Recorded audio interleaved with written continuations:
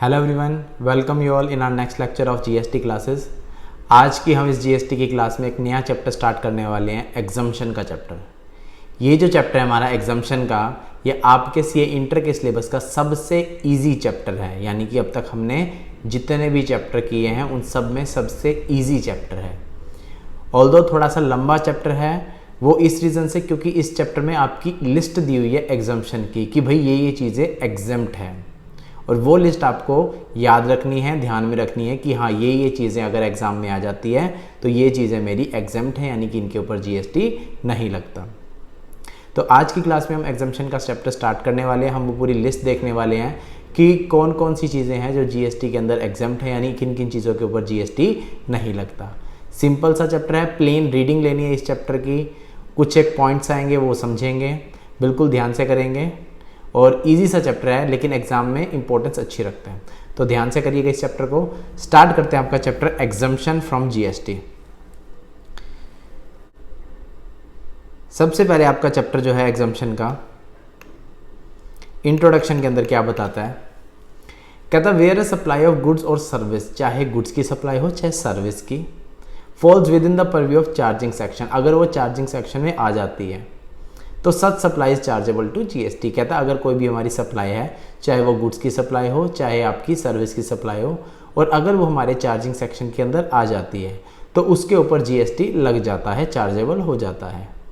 However for determining liability to pay tax one needs to further check whether such supply of goods या service are exempt from tax और not. तो कहता है कि जैसे ही charging section हमने पढ़ा, अगर हमारे चार्जिंग सेक्शन के अंदर कोई भी गुड्स या सर्विस जा रहा है तो उसका मतलब उसके ऊपर चार्जेबिलिटी आ गई, टैक्स भरना पड़ेगा। लेकिन रुको, एक बार एग्जम्प्ट का चैप्टर भी देख लेते हैं कि अगर कोई चीज़ एग्जम्प्ट के चैप्टर में आ गई तो चार्जिंग सेक्शन में कवर होने के बावजूद भी हमें उसके ऊपर टैक्स नहीं भरना। तो नीचे इसने बताया, कहता है एग्जम्प्ट सप्लाई डिफाइन किया। एग्जम्प्ट सप्लाई होता क्या है, कहता है एनी ऑफ गुड्स और सर्विस, कोई भी गुड्स हो सकता है या सर्विस हो सकता है, और both which attract nil rate of tax, जिसके ऊपर या तो टैक्स का रेट क्या हो 0%। यानी कि जैसे हमारे जीएसटी के कई सारे रेट्स हैं, 5% है, 12 है, 18 है, 28 है, ऐसे एक रेट क्या है 0%। तो जिन गुड्स के ऊपर 0% का जीएसटी का रेट है वो भी आपके क्या बोले जाएंगे, एग्जम्प्ट बोले जाएंगे, पहली चीज़। और which may be wholly exempt from the tax, या फिर जो आपका wholly exempt from the tax है, जिसके ऊपर 100% कोई एग्जम्पशन आई हुई है, या तो उसका टैक्स के अंदर रेट ही क्या है 0%, या कोई एग्जम्पशन आई हुई है कितनी 100% की, होली, पार्शियल नहीं, होली एग्जम्प्ट, तो उनको क्या बोला जाएगा, एग्जम्प्ट सप्लाई। एंड इंक्लूड्स, कहता है जो नॉन टैक्सेबल सप्लाई है उसको भी क्या बोला जाएगा, एग्जम्प्ट सप्लाई। तो कभी भी आपसे मीनिंग पूछता है एग्जम्प्ट सप्लाई क्या होती है, तो आप क्या बोलोगे, एग्जम्प्ट सप्लाई में वो गुड्स या सर्विस कवर होते हैं जिनके ऊपर या तो टैक्स का रेट क्या है 0, या जिनके ऊपर टैक्स का रेट तो है लेकिन एग्जम्पशन आई हुई है 100% की वो, या फिर नॉन टैक्सेबल सप्लाई। ये तीन चीज़ें हैं जो मेरे एग्जम्प्ट सप्लाई के अंदर इंक्लूड होती है। अब नॉन टैक्सेबल सप्लाई क्या चीज़ है वो भी इसने नीचे बताई। कहता meaning a supply of goods और सर्विस, और बोथ, चाहे गुड्स की हो चाहे सर्विस की, which is not leviable to tax under the GST, जो जीएसटी के अंदर लेविएबल ही नहीं है। तो जो चीज़ जीएसटी के अंदर लेविएबल ही नहीं है उसको क्या बोला गया, नॉन टैक्सेबल सप्लाई। और हमारी नॉन टैक्सेबल सप्लाई हमारी एग्जम्प्ट सप्लाई के अंदर इंक्लूड होती है, यानी कि नॉन टैक्सेबल सप्लाई भी एग्जम्प्ट सप्लाई है। बात क्लियर है। तो अल्टीमेटली एग्जम्प्ट सप्लाई कौन सी होगी, या तो उसके ऊपर टैक्स का रेट 0% है, या फिर टैक्स का रेट है यानी कि 5, 12, 18, 28 कुछ भी है लेकिन उसके ऊपर 100% की एग्जम्पशन आई हुई है, या फिर वो आपकी नॉन टैक्सेबल है। नॉन टैक्सेबल यानी जीएसटी के अंदर लेविएबल ही नहीं है, उसको भी एग्जम्प्ट बोला जाएगा। तो कहता है this GST is not leviable to tax is also in exempt supply. तो अब हमने देखा एग्जम्प्ट सप्लाई होता क्या है कि भाई जिसके ऊपर टैक्स का रेट नहीं है या एग्जम्पशन आई है वो, तो एग्जम्पशन आएगी कैसे, वो होली एग्जम्पशन आएगी कैसे वो देखते हैं। कहते हैं power to grant exemption from GST, GST में किसी भी चीज़ को एग्जम्प्ट करने की पावर किसके पास है, सेक्शन 11 सीजीएसटी एक्ट का और सेक्शन 6 आईजीएसटी एक्ट का। और ये एक्ट जो है पावर देते हैं किसी भी चीज़ को एग्जम्प्ट करने की, यानी कि सरकार के पास पावर है सेक्शन 11 और सीजीएसटी एक्ट के अंदर, वो कोई भी प्रोडक्ट अनाउंस कर देंगे कि भाई ये चीज़ जो है कल से जीएसटी इस पे टैक्स नहीं लगेगा, कभी भी एग्जम्पशन लाई जा सकती है। कहते हैं स्टेट जीएसटी लॉ, उनके अंदर भी आइडेंटिकल प्रोविजन है, यानी कि कोई चीज़ अगर सेंट्रल ने एग्जम्प्ट कर दी तो स्टेट में भी कॉरस्पॉन्डिंग एग्जम्प्ट रहेगी। अंडर जीएसटी कहता जो इसेंशियल गुड्स एंड सर्विसेज, जो जरूरी चीज़ें हैं, जो हमारी रोज़मर्रा के लिए ज़रूरी चीज़ें इसेंशियल गुड्स हैं, या फिर जो पब्लिक कंजम्पशन की चीज़ें हैं, उनको जनरली एग्जम्प्ट किया गया। यानी कि जो चीज़ें सरकार को लगती है कि ये तो हर कोई खरीदता है, अमीर से अमीर, गरीब से गरीब, तो ये चीज़ जनरली एग्जम्प्ट होनी चाहिए ताकि गरीबों के ऊपर ज़्यादा बर्डन ना जाए। तो ऐसी चीज़ें जीएसटी से एग्जम्प्ट रखी हुई है, जैसे कि आपका दूध हो गया और आपकी दालें वगैरह हुई, ये सब चीज़ें जो बेसिक नेसेसिटीज़ की चीज़ें हैं, जनरली ये चीज़ एग्जम्प्ट है। तो इसने बता दिया, कहता है कि सेक्शन 11 के अंदर गवर्नमेंट को पावर है, वो किसी भी चीज़ को एग्जम्प्ट कर सकती है। और दूसरी इसने एक बात और बताई कि जनरली एग्जम्पशन की जो हम लिस्ट पढ़ने वाले हैं उसमें कौन सी चीज़ें आएगी, जो इसेंशियल है, यानी कि गवर्नमेंट को लगता है कि इसके ऊपर जीएसटी लगना नहीं चाहिए, ये चीज़ महंगी होनी नहीं चाहिए। जहाँ भी गवर्नमेंट को लगेगा कि ये चीज़ सस्ती होनी चाहिए, गवर्नमेंट उसके ऊपर से जीएसटी हटा देगी। तो फॉर एग्जांपल इसने कुछ चीज़ बताई, तो कहता है जैसे अनब्रांडेड आटा आता है, maida, besan, unpacked food grains, milk, egg, curd, lassi और फ्रेश वेजिटेबल्स। कहता है ये चीज़ें जनरली जीएसटी से क्या रहती है, एग्जम्प्ट। ये उसने कुछ एग्जांपल्स बताए हैं। कहता है फर्दर इसेंशियल सर्विसेज, ये तो गुड्स के एग्जांपल हो गए, जैसे आपका हो गया आटा, मैदा, बेसन, सब्जियां, फ्रूट, दालें, दूध, दही, अंडे, ये सब चीज़ें तो अनपैक्ड, ध्यान देना, अनब्रांडेड। अगर ब्रांडेड होगा तो जीएसटी लगेगा, अगर ये चीज़ें अनब्रांडेड है तो ये तो गुड्स के एग्जांपल हो गए, जीएसटी से बाहर कर दी। ऐसे कुछ सर्विसेज जैसे हेल्थ केयर सर्विस हो गई, एजुकेशन सर्विस होगी, कि जो ये तो हमारे बेसिक चीज़ें हैं, नीड्स हैं कि एजुकेशन सबको मिलनी चाहिए, हेल्थ केयर सर्विस, डॉक्टर की सर्विस अच्छी होनी चाहिए, तो इन चीज़ों के ऊपर भी जीएसटी हटाया गया। तो एक गुड्स की लिस्ट है, एक सर्विस की लिस्ट है जिनके ऊपर जीएसटी लगाया नहीं जाता, चार्ज नहीं किया जाता, या इसने कुछ एग्जाम्पल्स बताएं, इस तरह की पूरी लिस्ट हमने करनी है। तो कहता है इस चैप्टर में हम डिस्कस करेंगे गुड्स की और सर्विसेज की जो लिस्ट है, जो चीज़ें एग्जम्प्ट की हुई है वो सारी हमने देखनी है। तो सबसे पहले स्टार्ट करते हैं चैप्टर। सबसे पहले सेक्शन कौन सा आता है, 11, क्योंकि गवर्नमेंट के पास पावर किसमें है, सेक्शन 11 में। तो क्या बात बोलता है सेक्शन 11, सेक्शन 11 सब सेक्शन 1 बोलता है। सबसे पहले क्या कहता है, कहता है where the government is satisfied, अगर गवर्नमेंट सेटिस्फाइड है, कहते it is necessary in the public interest, और ये पब्लिक इंटरेस्ट के लिए ज़रूरी भी है ऐसा करना, समाज की भलाई के लिए ऐसा जरूरी करना, गवर्नमेंट सेटिस्फाइड है। तो रिकमेंडेशन पे किसकी, काउंसिल की, ये हम पहले डिस्कस कर चुके हैं। जब भी काउंसिल रिकमेंड करती है, गवर्नमेंट उसी के बाद कोई स्टेप उठाती है। तो अगर काउंसिल रिकमेंड करती है तो गवर्नमेंट क्या करेगी, एक नोटिफिकेशन निकालेगी। कैसे एग्जम्प्ट करेगी, बाय नोटिफिकेशन, जिसको हम बोलते हैं एग्जम्पशन नोटिफिकेशन। तो गवर्नमेंट एक नोटिफिकेशन निकालेगी, एग्जम्प्ट कर देगी जनरली, आइदर एब्सोल्यूटली और subject to such condition. Government चाहे तो उसको 100% एब्सोल्यूट एग्जम्पशन भी दे सकती है, चाहे तो सब्जेक्ट टू कंडीशन भी दे सकती है। गवर्नमेंट के पास पावर है सेक्शन 11 में, वो कोई भी ऐसी चीज़ जो पब्लिक इंटरेस्ट में उसको लगता है, वो सेटिस्फाइड है कि ये एग्जम्प्ट होना चाहिए, इस पर टैक्स लगना नहीं चाहिए, तो जब जीएसटी काउंसिल रिकमेंड करेगी उसके बाद उसको देखेगी और क्या करेगी, उसको एग्जम्प्ट कर सकती है। कैसे एग्जम्प्ट कर सकती है, 100% एग्जम्पशन भी दे सकती है, या फिर कह देगी subject to condition, subject to condition भी दे सकती है, पार्शियल भी, कैसे भी एग्जम्पशन गवर्नमेंट निकाल सकती है। गवर्नमेंट कहेगी कल से इस पर कोई भी टैक्स नहीं लगना, गवर्नमेंट कहेगी टैक्स नहीं लगना सब्जेक्ट टू ये कंडीशंस पूरी हो, तो कैसे भी गवर्नमेंट एग्जम्पशन निकाल सकती है।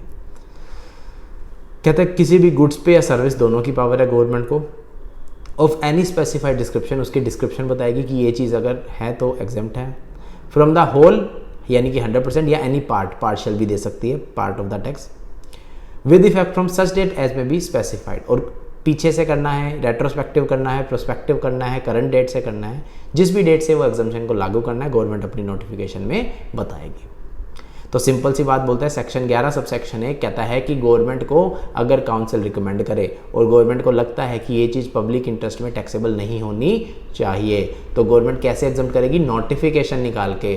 वो एग्जम्पशन किस दिन से लागू होगी, नोटिफिकेशन में लिखा जाएगा, वो पहले से भी हो सकती है, करंट डेट से भी हो सकती है, फ्यूचर से भी हो सकती है। और एग्जम्पशन क्या 100% होगी, 100 भी हो सकती है, पार्शियल भी हो सकती है, जैसा गवर्नमेंट चाहे, विदाउट एनी कंडीशन भी हो सकती है, विद कंडीशन भी हो सकती है, जैसा गवर्नमेंट चाहे। तो सेक्शन 11 सब सेक्शन 1 गवर्नमेंट को पूरी पावर प्रोवाइड करता है। क्लियर है। तो अब देखते हैं सेक्शन 11 सब सेक्शन 2 क्या बात बोलते हैं, क्योंकि सेक्शन 11 सब सेक्शन 1 ने सारी पावर तो दे दी, अब 2 में और क्या बच गया कहने वाला, क्योंकि पावर आनी थी एग्जम्पशन की, वो सब सेक्शन 1 से आ गई, अब हमें लिस्ट पढ़नी है, तो सब सेक्शन 2 में ऐसा अलग क्या है वो और पढ़ते हैं। कहता कि where government is satisfied that it is necessary in the public interest, ये भी सेम बात है। On the recommendation of council, यहाँ तक बिल्कुल सेम है। फिर कहते हैं by special order, sub section 1 में क्या आती थी, नोटिफिकेशन आती थी।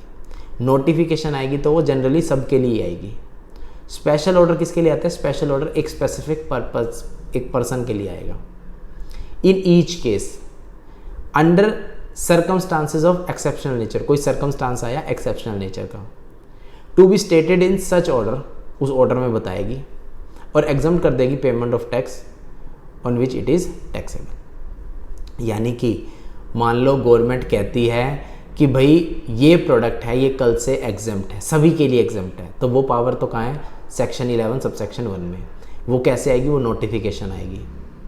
और मान लो कोई एग्जम्पशन आपको, कोई छूट आपको सबको नहीं देनी, किसी स्पेसिफिक केस में देनी है, स्पेसिफिक केस है, कोई एक्सेप्शनल नेचर का है, तो हम ऐसे नोटिफिकेशन निकाल के सबको नहीं बताएंगे, हम सिर्फ एक स्पेशल ऑर्डर निकालेंगे और वो ऑर्डर किसको देंगे, उसको जिसके लिए वो रेलेवेंट है, उसको ऑर्डर की कॉपी दे देंगे, ये लो ये चीज़ आपके कल के लिए टैक्सेबल नहीं है। जैसे कि मान लो मेरा कोई स्पेसिफिक केस था, मैंने सरकार को बताया कि ऐसा ऐसा इशू आ रहा है, सरकार को लगा कि हाँ भाई इसकी बात जेन्युइन है, ये चीज़ एग्जम्प्ट होनी चाहिए, तो मेरी जो भी इंडस्ट्री थी उन सारी इंडस्ट्री के लिए वो दिक्कत वाली बात थी, या कोई स्पेसिफिक केस भी हो सकता है। तो इस चीज़ के लिए गवर्नमेंट नोटिफिकेशन निकालना ज़रूरी नहीं है। अगर कोई एक्सेप्शनल नेचर का केस है, कोई स्पेसिफिक पर्सन के लिए है, तो उसके लिए ऑर्डर निकाल के भी कर सकती है। तो सिंपल थे सेक्शन 11 सबसेक्शन 1 और 2 दोनों के अंदर गवर्नमेंट को पावर है किसी भी चीज़ को एग्जम्प्ट करने की। जब जनरली करते हैं तो नोटिफिकेशन से करते हैं, किसी स्पेसिफिक केस के लिए करते हैं तो स्पेशल ऑर्डर निकाल के करते हैं। ठीक है, ये दोनों बातें होगी। अब सेक्शन 3 क्या बोलता है ये और देखते हैं। कहता गवर्नमेंट में इफ़ इट कंसिडर नेसेसरी, अगर गवर्नमेंट को ज़रूरी लगता है, और expedient, so to do for the purpose of clarifying the scope और applicability of any notification issued under subsection 1 और सबसेक्शन 2। गवर्नमेंट ने सबसेक्शन 1 या फिर सबसेक्शन 2 में कोई नोटिफिकेशन निकाली थी और गवर्नमेंट को अब ज़रूरी लगता है कि भाई उस नोटिफिकेशन का लोग गलत मीनिंग निकाल रहे हैं। हो सकता है ऐसा, गवर्नमेंट ने मान लो कोई नोटिफिकेशन निकाली, अब लोग क्या है उसकी गलत इंटरप्रिटेशन ले गए और उसका कुछ और मीनिंग निकालने लग गए। तो सरकार को जब ये बात पता चली कि भाई हमने नोटिफिकेशन जो निकाली थी उसका ऑब्जेक्टिव तो ये था, लेकिन लैंग्वेज क्लियर ना होने की वजह से या लोगों को क्लियर ना होने की वजह से लोग उसका कुछ गलत मीनिंग निकाल रहे हैं, यानी कि उसके अंदर जो चीज़ एग्जम्प्ट थी उसके अलावा कोई और भी कंसिडर कर गए या कोई छोड़ गए, कोई दिक्कत है जिसकी हमें क्लैरिफिकेशन देनी जरूरी है। तो अगर सरकार को ऐसा लगता है कि सबसेक्शन 1 या 2 की नोटिफिकेशन की उनको क्लैरिफिकेशन देनी ज़रूरी है, तो वो क्या करेंगे, इंसर्ट करेंगे एक एक्सप्लेनेशन, जो भी गवर्नमेंट ने नोटिफिकेशन निकाली थी उसकी एक्सप्लेनेशन देंगे इन सच नोटिफिकेशन या ऑर्डर, उस नोटिफिकेशन या ऑर्डर के अंदर डाल देंगे। एज द केस में भी बाय नोटिफिकेशन निकालते हुए कब तक दे सकते हैं, at any time with in 1 year of the issue of notification under subsection 1 या 2। तो सबसेक्शन 1 या 2 जिसकी भी क्लैरिफिकेशन देनी है, जिसकी भी एक्सप्लेनेशन देनी है, नोटिफिकेशन आने के 1 साल के अंदर अंदर सरकार उसकी एक्सप्लेनेशन निकालेगी कि भाई हमने ये 6 महीने पहले नोटिफिकेशन निकाली थी, उसका ये मीनिंग नहीं था, लोग ये मीनिंग निकाल रहे हैं, उसका एक्चुअल मीनिंग ये है। वो एक्सप्लेनेशन में ये बात लिखेंगे। और ये कब तक कर सकती है सरकार, 1 साल तक कर सकती है। एंड एवरेज सच एक्सप्लेनेशन, और जो भी वो एक्सप्लेनेशन आएगी उसको डीम्ड कर लिया जाएगा कि वो हमेशा से ही उस नोटिफिकेशन का पार्ट रही है, यानी कि वो रेट्रोस्पेक्टिवली आएगी। गवर्नमेंट जो भी एक्सप्लेनेशन निकालेगी वो अगर विद इन 1 ईयर निकाल देती है, 1 साल के अंदर अंदर निकाल देती है, तो यही माना जाएगा कि वो 1 साल पहले ही आ गई थी और हमेशा से ही नोटिफिकेशन का पार्ट रही थी। तो जिसने गलत मतलब निकाला था, गलत टैक्स की लायबिलिटी कैलकुलेट करी थी, वो अब अपना टैक्स जो है वो ठीक कर लो। बात क्लियर है। तो सिंपल सी बात बोली, सबसेक्शन 3 में गवर्नमेंट ने कोई नोटिफिकेशन निकाली, उसको लगता है कि हमने गलती कर दी या लोग गलत इंटरप्रिटेशन निकाल रहे हैं, तो उसकी एक्सप्लेनेशन भी निकाल सकती है। कितने टाइम में, 1 साल के अंदर अंदर। और वो एप्लीकेबल कब से है, वो रेट्रोस्पेक्टिव, जब से नोटिफिकेशन आई है तब से ही एप्लीकेबल मानी जाएगी। तो ये छोटी सी बात बोलता है सबसेक्शन 3। एक्सप्लेनेशन कहता है इसका, कहता है for the purpose of this section, अगर कोई एग्जम्पशन है किसी गुड या सर्विस के रिस्पेक्ट में जिसपे होल या पार्ट जो है टैक्सेबल एग्जम्पशन ग्रांट की गई है और रजिस्टर्ड पर्सन सप्लाई कर रहा है वो गुड्स या सर्विस, तो वो सरकार से टैक्स कलेक्ट नहीं करेगा। तो सिंपल सी बात है, अगर मेरा प्रोडक्ट एग्जम्प्ट है तो मैं आगे वाले पर्सन से कैसे से टैक्स कलेक्ट कर लूँगा, मैं कर ही नहीं सकता। In excess of the effective rate, या अगर मान लो सरकार ने रेट कम किया तो उससे ज़्यादा नहीं ले सकता। On such supply of goods और सर्विसेज, जैसे मान लो मेरा प्रोडक्ट था 12% वाला था, गवर्नमेंट ने एग्जाम्पशन निकाली कि कल से 12 की जगह इस पर टैक्स का रेट क्या करते हैं 6, जो लोग ये कंडीशन पूरी करते हैं। तो मान लो मैं कंडीशन पूरी कर रहा था तो मैं एप्लीकेबल था उसके लिए। तो अगर मैं 12 की जगह 6 में आ गया, मैं 12 की जगह कौन सा ले रहा हूँ 6% वाले में हूँ, तो मैं उससे ज़्यादा टैक्स सामने वाले से कलेक्ट नहीं कर सकता। तो यानी कि एग्जाम्पशन अगर कहते हैं कि ये चीज़ कल से मान लो एग्जाम्प्ट है, तो एग्जाम्प्ट है तो मेरे को कल से ही उसका यूज़ करते हुए आगे वाली पार्टी से कलेक्ट नहीं करना टैक्स, ना तो टैक्स लेना है और ना ही सरकार को देना है। तो सिंपल सी बात इसने बोली, ये भी हमें पता था कि भाई जब मेरा प्रोडक्ट एग्जाम्प्ट है, उसका रेट कम किया गया है, तो मैं उससे ज़्यादा क्यों ही लूँगा कस्टमर से, मैं लूँगा ही नहीं। फिर एनालिसिस है इस सेक्शन का, ये एनालिसिस आप देख लेना, सिंपल सी बात है, जो हमने पढ़ा वही सेम उसने नीचे एनालाइज में बताया। फिर इसके बाद कहता है गुड्स एग्जम्प्ट फ्रॉम टैक्स। अब दो चीज़ें हमें पढ़नी है। सबसे पहले हमने सेक्शन पढ़ना था, वो हमने पढ़ लिया, एक ही सेक्शन है इस पूरे चैप्टर में और कुछ भी नहीं है। अब सेक्शन हमारा हो गया तो रह क्या गया, हमें दो लिस्टें पढ़नी है, एक जिन गुड्स के ऊपर टैक्स नहीं लगता, दूसरा जिन सर्विसेज के ऊपर टैक्स नहीं लगता। तो कहता है कि गुड्स के अंदर टैक्स किस पे नहीं लगता, कहता है कि under GST everyday item use, जो डेली रोज़मर्रा की आइटम्स हैं, कॉमन मैन यूज़ करता है, उनके ऊपर हमने टैक्स छोड़ा हुआ है। जैसे क्या, अनब्रेडेड आटा हो गया, maida, besan, unpacked food grain, milk, eggs, curd, lassi, fresh vegetable, कहता है इन चीज़ों पे हम जीएसटी चार्ज नहीं करते। ये कुछ चीज़ें हैं, ऐसी बहुत ही लंबी लिस्ट है। एग्जांपल दिया, लाइव फिश के ऊपर जीएसटी नहीं लगता, फ्रेश मिल्क के ऊपर जीएसटी नहीं लगता, पोटैटो पे नहीं लगता, ग्रेप्स पे नहीं लगता है, हमारे नेशन का जो फ्लैग है उसके ऊपर भी जीएसटी नहीं लगता, प्लास्टिक की बैंगल्स हैं उनके ऊपर भी जीएसटी नहीं लगता। तो एक बहुत ही लंबी लिस्ट है, जहाँ जहाँ सरकार को लगा कि ये डेली यूज़ की आइटम्स हैं, इनके ऊपर जीएसटी नहीं लगना चाहिए, उसने वहाँ से जीएसटी को हटा दिया। अगर आपको कंप्लीट लिस्ट देनी है, इसने बता भी रखा है, सीबीआईसी की साइट पर जाओ, गूगल करोगे आपको कंप्लीट लिस्ट मिल जाएगी। बहुत ही ज़्यादा उसमें आइटम्स हैं, हमारे सिलेबस में कंप्लीट लिस्ट नहीं है, सिर्फ आपको आइडिया होनी चाहिए क्या क्या चीज़ें एग्जाम्प्ट हैं। तो ये गुड्स का टॉपिक था, छोटा सा था, ये भी खत्म हो गया। अब क्या है नेक्स्ट टॉपिक, नेक्स्ट कहता है एक लिस्ट है सर्विसेज की जिसके ऊपर टैक्स नहीं लगना। ये हमारे सिलेबस में पूरी है, यानी कि इस लिस्ट के अंदर हमें काफ़ी सारी सर्विसेज पढ़नी है। अब इस पूरे चैप्टर में हमें करना क्या है, पूरे चैप्टर में सिर्फ ये सर्विसेज की लिस्ट पढ़नी है। काफ़ी सारी हम सर्विसेज पढ़ेंगे जिनके ऊपर जो है जीएसटी नहीं लगना। वो कौन कौन सी ऐसी सर्विसेज है जिसके ऊपर जीएसटी नहीं लगेगा, वो हम पढ़ने वाले हैं। तो कहता है specific service exempt from GST. कहता है नोटिफिकेशन नंबर 12/2017 आई थी, इसने पूरी लिस्ट दी थी कि इन चीज़ों पे नहीं लगेगा जीएसटी। तो अब हमें क्या करना है, वो सर्विसेज की पूरी लिस्ट पढ़नी है जिन जिन के ऊपर नहीं लगना। इस नोटिफिकेशन में काफ़ी सारी एंट्रीज हैं, वो हमें पढ़नी है। एंट्री नंबर 1 सबसे पहली एंट्री क्या बोलती है। अच्छा, अब एक चीज़ समझना, इसमें काफ़ी सारी आपकी एंट्रीज है। इसने क्या किया, उन एंट्री को ग्रुप बना बना के डाला हुआ है। जैसे मान लो 4-5 एंट्री एग्रीकल्चर से रिलेट करती है तो उनको इकट्ठा डाल दिया, 4-5 एंट्री चैरिटेबल ट्रस्ट की है तो उनको इकट्ठा डाल दिया, 4-5 एंट्री एजुकेशन की है तो उनको इकट्ठा डाल दिया, ताकि हमारे लिए पढ़ना भी क्या हो जाए, आसान। जैसे मान लो पहले चैरिटेबल का इसने पूरा ग्रुप बना दिया, अब चैरिटेबल में एंट्री कौन सी है, एंट्री नंबर 1 थी, एंट्री नंबर 13 थी। ये आपको नंबर ध्यान नहीं रखने, एंट्री नंबर 1 क्या कहती है 13, आपको सिर्फ एंट्रीज ध्यान रखनी है कि ये चीज़ आ जाए तो मेरी एग्जाम्प्ट है। तो सबसे पहले इसने क्लबिंग की 3-4 एंट्रियों को इकट्ठा कर दिया। ये वो एंट्री हैं जो आपकी चैरिटेबल एंड रिलीजियस एक्टिविटी से रिलेट करती थी। सिंपल सी चीज़ है, गवर्नमेंट ने कहा कि आप कोई चैरिटेबल काम कर रहे हो, कोई रिलीजियस एक्टिविटी कर रहे हो, तो भाई हम आपसे जीएसटी नहीं लेंगे। अब इसमें क्या क्या चीज़ें कवर्ड है वो देखते हैं, ध्यान से पढ़ते हैं।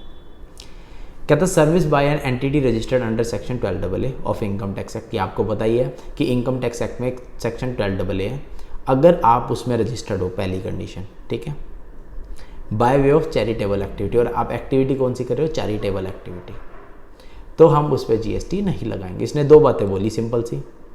कहता है कि आप सेक्शन 12AA में रजिस्टर्ड होने चाहिए इनकम टैक्स में, दूसरा आप जो काम कर रहे हो वो क्या होनी चाहिए, चैरिटेबल एक्टिविटी होनी चाहिए। अगर ये दोनों कंडीशन पूरी है तो हम आपसे जीएसटी नहीं लेंगे। अगर मान लो आप करते तो चैरिटेबल एक्टिविटी हो लेकिन 12AA में नहीं हो तो भी लगेगा, और अगर मान लो आप 12AA में हो लेकिन चैरिटेबल एक्टिविटी नहीं कर रहे तो भी लगेगा। तो पहली एंट्री में इसने दो कंडीशन बोली, आप अगर 12AA में रजिस्टर्ड हो, चैरिटेबल एक्टिविटी करते हो, तो सिंपल सी बात है जीएसटी नहीं लगना।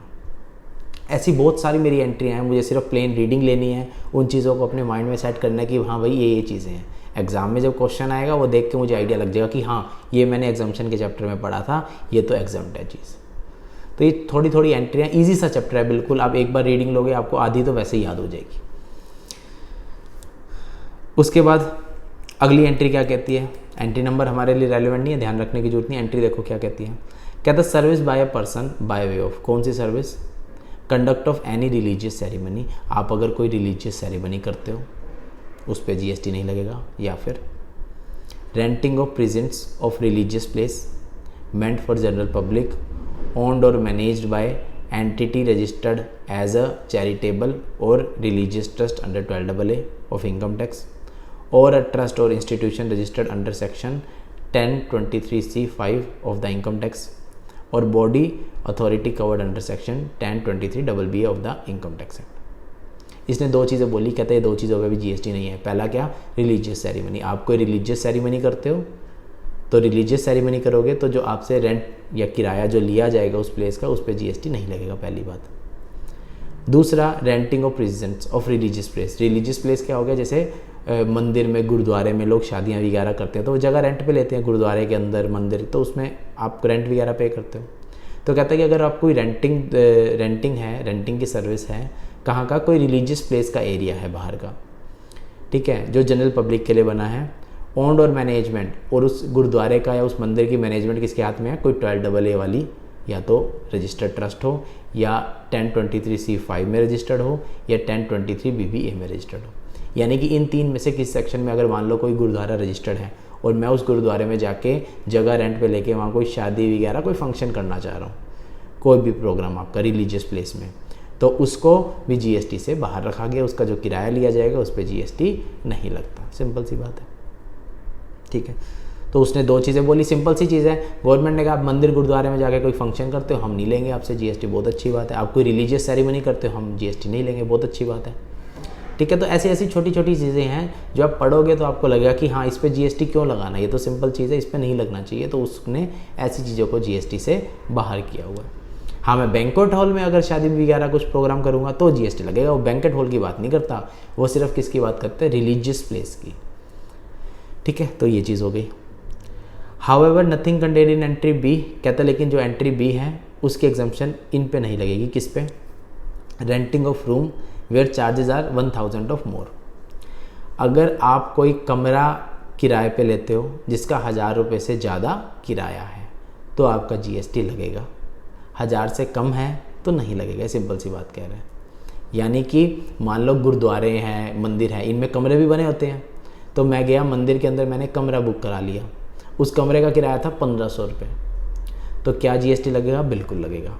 1000 रुपये से ज़्यादा का किराया है और आप यहाँ पे आके कोई प्रोग्राम नहीं कर रहे, आपने तो कमरा किराए पे लिया, आप रुके हुए हो, तो रेंटिंग ऑफ रूम के केस में अगर 1000 से ज़्यादा किराया तो जीएसटी लगेगा।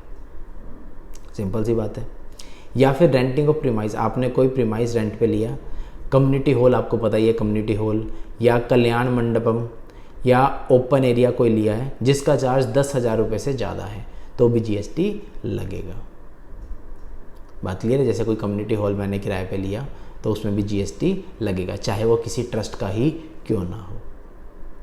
क्लियर है? ठीक है। और नीचे एक और बात कहते हैं, रेंटिंग ऑफ शॉप्स। जैसे आपने देखा होगा गुरुद्वारों के बाहर, मंदिरों के बाहर उनकी दुकानें होती है। गुरुद्वारे मंदिर क्या करते हैं, उनके बाहर का कुछ एरिया होता है, उनको दुकानें बना के किराए पे चढ़ा देते हैं।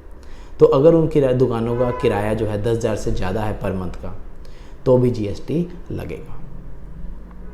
क्लियर है? तो सिंपल से इसने बात बोली कि भाई आप कोई रिलीजियस सेरेमनी करते हो तो हम आपसे जीएसटी नहीं लेंगे। आप अगर कोई मंदिर गुरुद्वारा जो इन तीन में से किसी भी सेक्शन में रजिस्टर्ड है उसका कोई खाली एरिया रेंट पे ले रहे हो तो भी हम आपसे जीएसटी नहीं लेंगे। लेकिन अगर आप रूम लेते हो और 1000 से ज़्यादा किराया तो जीएसटी लगेगा। अगर आप कोई कम्युनिटी हॉल या कोई और एरिया लेते हो जिसका 10,000 से ज़्यादा किराया है पर डे का, 10,000 रुपये पर डे का है और 1000 रुपये पर डे का है, वो रूम का है और वो प्रीमाइस का है तो भी जीएसटी लगेगा। और अगर शॉप्स वगैरह जो बाहर किराए पे दिया 10,000 से ज़्यादा तो भी जीएसटी लगेगा। तो सिंपल सी इसने बात बोल दी। तीसरी एंट्री पढ़ते हैं। कहता सर्विस बाय स्पेसिफाइड ऑर्गेनाइजेशन, अगर कोई स्पेसिफाइड ऑर्गेनाइजेशन है वो सर्विस देती है इन respect of religious Pilgrim religious Pilgrim यानी जैसे पैदल जाते हैं, जैसे हम जाते हैं ना हज की यात्रा पे जाते हैं, या आपका मान लो उत्तराखंड में जाते हैं, केदारनाथ बद्रीनाथ जाते हैं, तो उसकी बात कर रहा है ये। कहता अगर कोई सर्विस कोई स्पेसिफाइड ऑर्गेनाइजेशन प्रोवाइड कर रही है, किस रिस्पेक्ट में, कोई रिलीजियस पिलग्रिम, कोई पैदल यात्री, कोई जत्था जा रहा है कहीं, और गवर्नमेंट ऑफ इंडिया उसको करा रही है अंडर बायलेटरल अरेंजमेंट, जैसे गवर्नमेंट ऑफ इंडिया कराती है उत्तराखंड गवर्नमेंट के साथ मिलके कि भाई केदारनाथ ये यात्रियाँ जाएंगे, जैसे 2 महीने के लिए खुला, सारे केदारनाथ बद्रीनाथ जा रहे हैं, तो रास्ते में उनकी फैसिलिटीज़ वगैरह प्रोवाइड होनी चाहिए, रहने का अरेंजमेंट हो, खाने पीने का अरेंजमेंट हो, तो वो जो सब चीज़ें हैं उनके ऊपर GST नहीं लगता। यानी कि गवर्नमेंट ऑफ इंडिया ने किसी के साथ अगर एग्रीमेंट साइन किया हुआ है, तो कोई रिलीजियस पिलग्रिम्स का वहाँ पे ट्रिप जा रहा है, कोई टूर जा रहा है, तो जो स्पेसिफाइड ऑर्गेनाइजेशन रास्ते में आपको सर्विसेज प्रोवाइड करती है उस पर भी हम GST चार्ज नहीं करते। तो ठीक है सर, ये भी बात समझ में आ गई, सिंपल सी बात है। फिर कहते हैं सर्विस बाय ट्रेनिंग और coaching in recreational activities relating to, कोई आर्ट या कल्चर से रिलेटेड एक्टिविटी है या स्पोर्ट्स से रिलेटेड है, जो कौन प्रोवाइड करा रही है, कोई 12AA वाली चैरिटेबल एंटिटी। जैसे मान लो कोई मंदिर होते हैं, मंदिर 12AA में मान लो रजिस्टर्ड है, वो मंदिर कई बार क्या कहते हैं स्पोर्ट्स का कोई एक्टिविटीज़ करा देते हैं, जैसे गर्मियों की छुट्टियों में कई मंदिर होते हैं, कई गुरुद्वारे होते हैं, कोई स्पोर्ट्स का कुछ इवेंट लगा देते हैं कि भाई हमें ये खेलना सिखा रहे हैं, या कोई आर्ट्स का या कल्चर का। तो अगर कोई 12AA वाली चैरिटेबल एंटिटी है, वो हमारे आर्ट कल्चर या स्पोर्ट्स को प्रमोट करना चाह रही है, कोई रिक्रिएशनल एक्टिविटी करा रही है, ट्रेनिंग या कोचिंग प्रोवाइड करा रही है, तो हम उसके ऊपर भी GST चार्ज नहीं करेंगे। आपका प्राइवेट इंस्टीट्यूट है, आप स्पोर्ट्स सिखा रहे हैं, हम बिल्कुल GST लेंगे। कोई चैरिटेबल एंटिटी है जो रिक्रिएशनल एक्टिविटी करा रही है तो नहीं लेंगे। ठीक है, तो ये पहली एंट्री हमारी कंप्लीट होगी। इसमें हमने 4 एंट्रीज पढ़ी, चारों अल्टीमेटली किसके रिलेटेड थी, चैरिटेबल इंस्टीट्यूट से रिलेटेड थी, जो अल्टीमेटली सेक्शन रिलेटेड है। सिंपल सा इसका एनालिसिस है, एक बार आप इस एनालिसिस की रीडिंग ले लेना। एनालिसिस की एक बार रीडिंग लोगे, उसके बाद जो आपको बुक दी हुई है वहाँ से आप क्वेश्चंस वगैरह सॉल्व करोगे, तो आपको काफ़ी हद तक इसकी प्रैक्टिस हो जाएगी। अभी आपको कई सारे डाउट्स आ रहे होंगे कि अच्छा ये चीज़ ऐसे होगी तो GST लगेगा या नहीं लगेगा, ये ऐसे होगा तो लगेगा या नहीं लगेगा। सिंपल सी एक चीज़ ध्यान रखना, जब हम एग्जाम्पशन का चैप्टर पढ़ रहे हैं, जो चीज़ इसने बोली है लाइन में, अगर वो कंडीशन हमारी एज इट इज़ पूरी हो रही है तो चीज़ एग्जम्प्ट है। अगर उसमें एक भी कंडीशन पूरी नहीं हो रही तो एग्जम्प्ट नहीं है। जैसे कि इसने ऊपर क्या बोला, कोई भी एंट्री उठा के देख लो, उसमें कई बातें बोली है। उसने कहा सर्विस होनी चाहिए ट्रेनिंग और कोचिंग की, रिक्रिएशनल एक्टिविटी होनी चाहिए, किससे रिलेटेड, आर्ट कल्चर या स्पोर्ट्स से, कौन प्रोवाइड करे, 12AA वाले। अगर ये सारी कंडीशन पूरी है तो एग्जम्प्ट है। इनमें से कोई भी रहेगी, मान लो वो 12AA में नहीं है, या जो सर्विस दे रहा है वो रिक्रिएशनल एक्टिविटी नहीं है, तो टैक्सेबल हो जाएगा। ठीक है, तो जैसे आप ये करोगे एंट्रीज, उसके बाद एनालिसिस पढ़ोगे, फिर अपने बुक से क्वेश्चन करोगे, तो सिंपल सा चैप्टर है। इसको बस आपको माइंड में फिट करना है कि ये एंट्रीज है, ईजी सा चैप्टर है, बहुत ही आपको इजीली याद भी हो जाएगा, क्वेश्चन भी अटैम्प्ट हो जाएंगे। नीचे एनालिसिस दिया हुआ है, उसके अंदर जो ऊपर बार बार आ रहा था चैरिटेबल एक्टिविटी, ये चैरिटेबल एक्टिविटी होता क्या बताया उसने। कहता कि केयर काउंसलिंग से रिलेटेड भी हो सकती है आपकी, या एडवांसमेंट ऑफ रिलीजन, जैसे योगा वगैरह कराते हैं कई मंदिर गुरुद्वारे, योगा के कैंप्स लगाते हैं, तो वो भी चैरिटेबल एक्टिविटी में आएगा। एजुकेशन का, जैसे जो आपके ओल्ड एज होम्स होते हैं, ठीक है, होमलेस चिल्ड्रन के लिए होते हैं, बुजुर्गों के लिए होते हैं, प्रिजनर्स के लिए होते हैं, तो ये सारी चीज़ें भी आपकी इसमें कवर हो जाएगी। और जैसे आपका एनवायरनमेंट के लिए सोसाइटीज़ बनी होती है कि ज़्यादा से ज़्यादा ग्रीनरी करो, पेड़ लगाओ, तो वो भी आपकी चैरिटेबल में आएगी। तो चैरिटेबल में क्या क्या आता है इसने ये बता रखा है। हाँ, इसका एक बार आपको एनालिसिस ज़रूर पढ़ना है, क्योंकि हमने जो सेक्शन में बातें करी वो डिटेल में आपको एनालिसिस में मिलेगी। मैं एनालिसिस इसलिए नहीं पढ़ा रहा क्योंकि प्लेन रीडिंग लोगे समझ आ जाएगा, ऐसा कुछ एनालिसिस में नहीं लिखा जो समझ ना आए, लेकिन हाँ डिफरेंट बातें मिलेगी आपको एनालिसिस में, तो वो आपको एक बार सेल्फ रीड से करना है, इसको आपको खुद से पढ़ना है घर पर। तो ये इसका एनालिसिस है, इसको देख लेना। जैसे रिलीजियस पिलग्रिम वाला इसने बताया किन किन के साथ हमारा बायलैटरल एग्रीमेंट है। कुमाऊं मंडल विकास निगम लिमिटेड के साथ है, उत्तराखंड गवर्नमेंट के साथ, जो आपका ये केदारनाथ वगैरह की यात्राएं वगैरह सारा ऑर्गेनाइज़ कराती है। हज कमेटी के साथ है, जो आपका हज का सारा ऑर्गेनाइज़ कराती है। तो ये सारे एनालिसिस दिए हुए हैं। हम एंट्री में जो बातें पढ़ रहे हैं उसका डिटेल में आपको एनालिसिस में भी मिलेगा, तो वो भी एनालिसिस आपको सभी के पढ़ने हैं। हमारी जो क्लास में रहेगा हम मेनली जो आपके जो टॉपिक्स हैं वो करेंगे। अच्छा, एक एग्जांपल दिया हुआ है, देखते हैं क्या है। कहते हैं भव्य ज्योति फाउंडेशन है, कोई चैरिटेबल ट्रस्ट है 12AA में। ठीक है, तो आपने जैसे ही देखा 12AA, आपने कही एग्जाम्पशन के चैप्टर में आया था शुरू में, वहाँ से कुछ हो सकता है इसका लेना देना, तो आपको क्लिक कर गया, एग्जाम्पशन का चैप्टर है और 12AA में काफ़ी एग्जाम्पशंस भी है। उसने एक मेडिकेशन कैंप ऑर्गेनाइज कराया। तो सबसे पहले आप देखोगे मेडिकेशन कैंप है ओल्ड एज पीपल के लिए, तो हाँ ये चैरिटेबल एक्टिविटी में तो आता है, उसने कराया है। तो सिंपल सी बात है, अभी हम ऊपर पढ़ के आए कि चैरिटेबल एक्टिविटी 12AA वाला करा रहा है, तो जीएसटी इसके ऊपर क्या है, एग्जम्प्ट रहेगा, क्योंकि आपका 12AA में एग्जम्प्ट है और ये स्पिरिचुअलिटी योगा के रिगार्डिंग करा रही है। तो ऐसा छोटे छोटे एग्जाम्पल आपके बनेंगे, या बड़े क्वेश्चन आते हैं उसके अंदर छोटे छोटे पॉइंट्स देगा। हॉस्पिटल चला रहा है वो भी एग्जम्प्ट है, ट्रेनिंग सेंटर कोई चला रहा है अगर ये 12AA वाला वो भी एग्जम्प्ट है, आर्ट कल्चर योगा ये भी एग्जम्प्ट है। फिर नीचे एक छोटी सी बात इसने बोली, क्या था, GST on service provided to charitable trust. अच्छा ये सारी चीज़ें जो हम पढ़ रहे हैं ये किसके लिए पढ़ रहे हैं, चैरिटेबल जो 12AA वाला है, 12AA वाला यहाँ पे सप्लायर है या रेसिपिएंट है। ध्यान देना जो भी अब एग्जम्पशन की बातें कर रहे हैं ये सप्लायर के कंटेस्ट में है, यानी कि अगर चैरिटेबल ट्रस्ट जो 12AA वाला है वो हमारा सप्लायर है, वो ये सब काम कर रहा है तो एग्जम्प्ट है, उसको आगे टैक्स नहीं लेना। लेकिन वो जो पीछे से सर्विसेज लेके आ रहा है वो तो आपकी टैक्सेबल ही है। तो नीचे कहता है सर्विस प्रोवाइडेड टू चैरिटेबल और institution are not outside the purview of GST unless specifically exempted, यानी कि किसी और एग्जम्पशन में जब तक कि वो ना आए तो वो कोई एग्जम्प्ट नहीं है, इस एंट्रीज के अकॉर्डिंग वो एग्जम्प्ट नहीं बनती। तो चैरिटेबल इंस्टीट्यूट को 12AA वाले को कोई सर्विस दी जा रही है तो वो एग्जम्पशन नहीं है, हाँ कहीं और आ जाए तो बात अलग है, इस एंट्रीज के अकॉर्डिंग नहीं बनती। ये एंट्रीज किसके लिए स्पेसिफिकली, जब 12AA वाला आगे दे रहा है, तो इस चीज़ का भी आपको ध्यान रखना है। रिलीजियस सेरेमनी वगैरह क्या वो बताया, एक एग्जाम्पल देखो, रामानंद जोशी था एक प्रिस्ट था, 12,000 रुपये उसने लिए रिलीजियस सेरेमनी कराने के लिए on birthday of mister Ghanshyam son. तो बताओ 12,000 रुपये लिए, 10,000 से ज़्यादा टैक्सेबल कर दूँ? नहीं, क्योंकि जो 10,000 से ज़्यादा वाली बात थी उसने बी एंट्री के लिए बोली थी। अब ध्यान दोगे ऊपर जो ए एंट्री थी, ए एंट्री में रिलीजियस सेरेमनी तो सारी की सारी एग्जम्प्ट ही थी, उसमें कोई लिमिट नहीं थी। तो रिलीजियस सेरेमनी है वो ए में जाएगा, बी में नहीं है, तो उस पर 10,000 वाली लिमिट भी नहीं है। तो कहता है अमाउंट जो चार्ज होगी वो पूरी की पूरी एग्जम्प्ट है, 12,000 के ऊपर जीएसटी नहीं लगेगा, रिलीजियस सेरेमनी पे कोई जीएसटी नहीं है।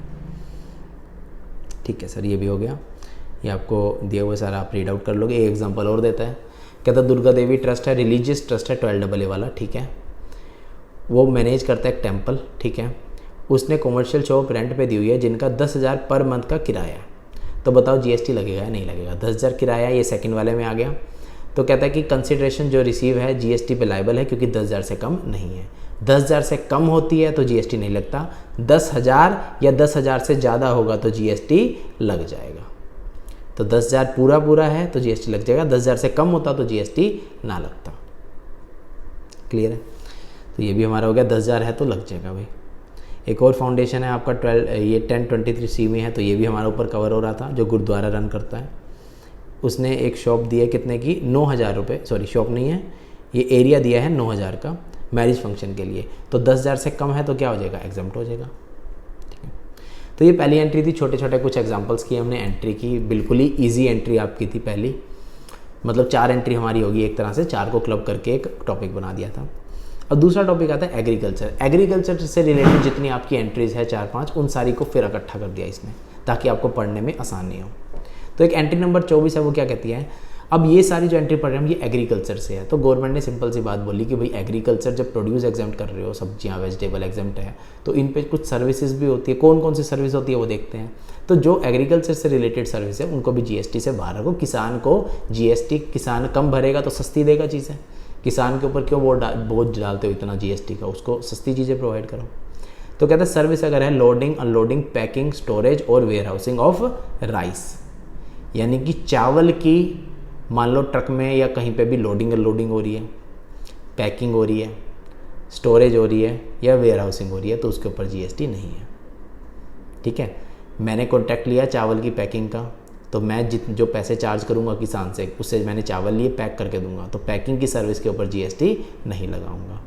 स्टोरेज कर रखा है मैंने चावल, तो मैं उससे रेंट वगैरह ले रहा हूँ वेयर हाउसिंग का, तो जीएसटी नहीं लगाऊंगा। पैकिंग, अनपैकिंग, लोडिंग, अनलोडिंग, तो चावल से रिलेटेड ये कुछ एक्टिविटीज़ उसने बताई कि अगर ये आप किसी और से करवाओगे, जैसे किसान ने मान लो पैकिंग खुद नहीं की, किसी और से कराई, तो उसको जो पैसे देगा उसके ऊपर जीएसटी चार्ज नहीं होगा। सिर्फ चावल की बात हुई है, ध्यान समझना। पहली एंट्री क्लियर है, दूसरी भी चलते हैं।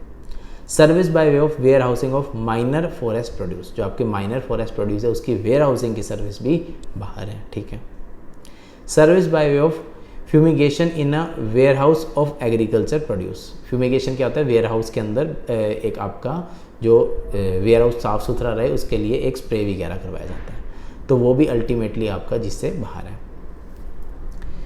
पिक्चर देखो, अब वो स्प्रे वगैरह कर रहा है ताकि कीटनाशक वगैरह जो है वो दूर रहे, हमारी सब्जियां फ्रूट जो है वो ख़राब ना हो, तो वेयर हाउस साफ़ सुथरा रहे। Service related to cultivation of plant and rearing of all life forms of animal. Plants के साथ साथ एनिमल्स के भी यहाँ पे इंक्लूड कर दिया, except the rearing of horses, horses का नहीं है यहाँ पे।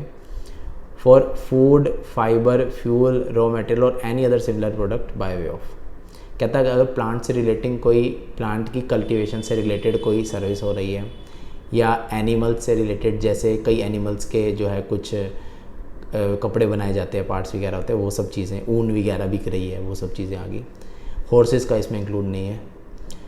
किस चीज़ के लिए चीज़ें बिक रही है, फूड के लिए, जैसे मान लो अंडे बिकते हैं तो वो एनिमल से रिलेटेड हो गया, फूड के लिए, या फाइबर के लिए, या फ्यूल के लिए बिकता है, या रॉ मटेरियल के भी बिकता है, ये सब चीज़ें, तो उन पर भी जीएसटी नहीं है। क्या क्या चीज़ें आ गई, agriculture operation directly related to production of any agriculture produce including cultivation, harvesting, threshing, plant protection और टेस्टिंग।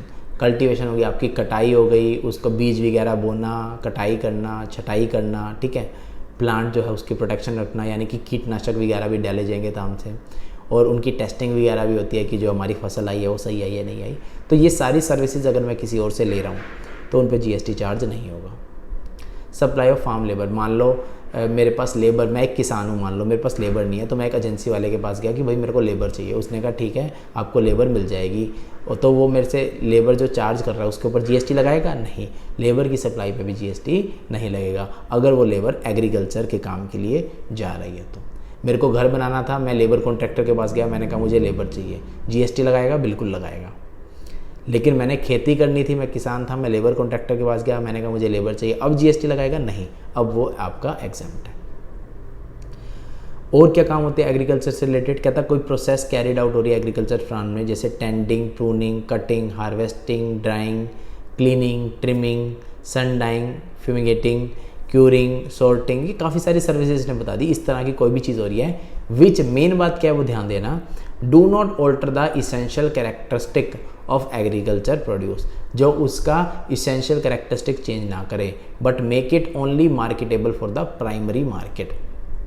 ध्यान से समझना, जैसे मेरी मान लो टमाटर की खेती हुई, ठीक है, तो मैंने टमाटर की अब लेबर ली, लेबर ने या मेरे पास लेबर नहीं थी, तो मैंने क्या किया, टमाटर के बीज बोने के लिए, कटाई के लिए सारा काम आउटसोर्स कर दिया।